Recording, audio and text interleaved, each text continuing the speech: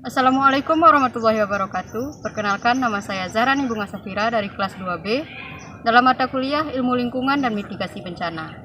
Dalam video kali ini saya akan sedikit membahas mengenai permasalahan sampah plastik di lingkungan kampus Universitas Riau. Sebuah penelitian di tahun 2015 menyebut Indonesia sebagai negara kedua penghasil sampah plastik terbesar di dunia setelah Tiongkok. Indonesia darurat sampah plastik dan itu ternyata terjadi beberapa tahun dari sebelum tahun ini. Sampah plastik menjadi masalah yang tak kunjung usai di berbagai negara dunia, tak terkecuali di Indonesia. Satu negara, apalagi dan Indonesia merupakan salah satu, ini bukan kebanggaan ya, penyumbang sampah terbesar di dunia dan sudah sering sekali. Yang mempengaruhi rantai makanan. Bagaimana prosesnya ini?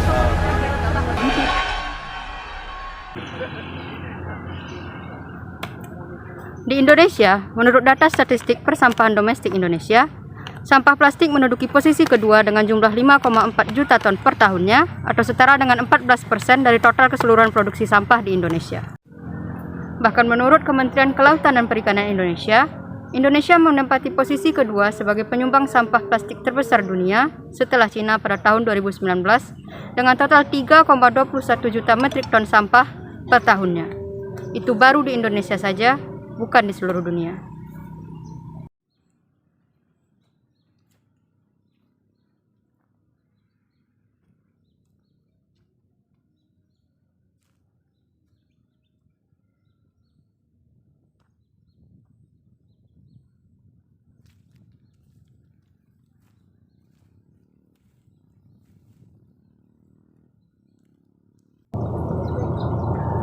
Sebelum kita membahas lebih jauh mengenai sampah plastik, saya akan sedikit menjelaskan mengenai apa itu sampah plastik.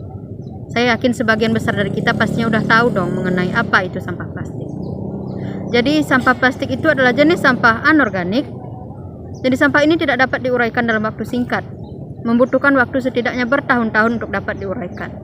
Dan untuk sampah plastik sendiri, membutuhkan waktu paling singkat 50-100 tahun untuk dapat diuraikan. Itu baru satu jenis sampah. Misalnya seperti sedotan plastik ini, setidaknya membutuhkan waktu sekitar 200 tahun untuk dapat diuraikan. Jadi bisa kita bayangkan dong, berapa lama waktu yang dibutuhkan agar sampah plastik ini dapat diuraikan, sementara jumlahnya akan terus bertambah setiap harinya.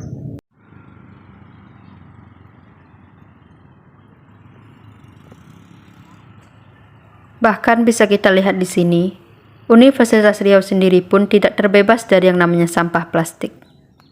Suatu institusi perguruan tinggi umumnya terletak di suatu kawasan yang sangat luas dan selalu mengalami perkembangan, baik perkembangan kuantitas bangunan maupun perkembangan jumlah karyawan dan mahasiswanya.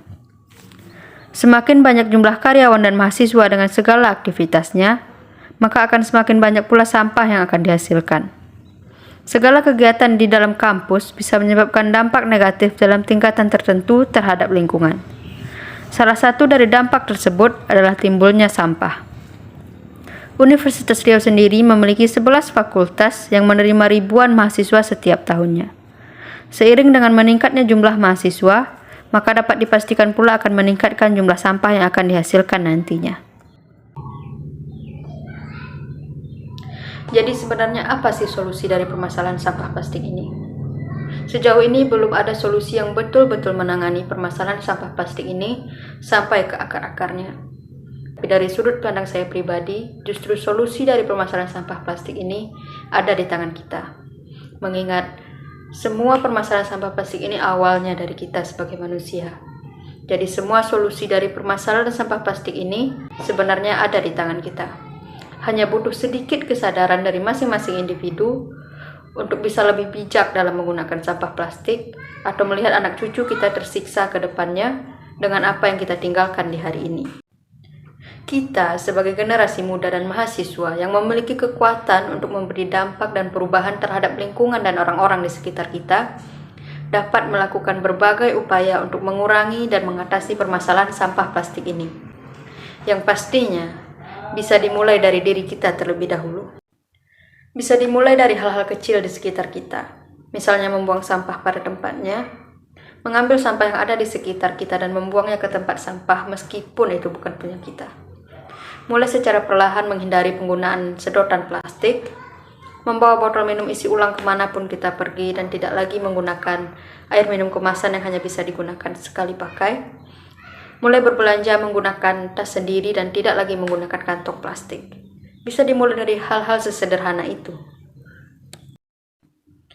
Jika diri sendiri sudah mulai terbiasa, kita bisa mulai mengajak orang-orang di lingkungan sekitar untuk mulai bijak menggunakan plastik.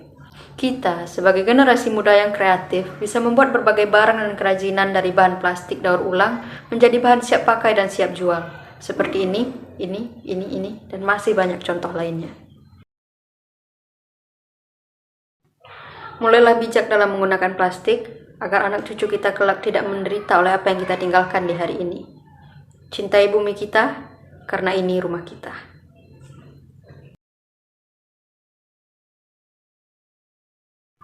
Oke, jadi sekian video saya mengenai permasalahan lingkungan kali ini. Semoga poin-poin yang saya sampaikan bisa dimengerti dan bisa dipahami.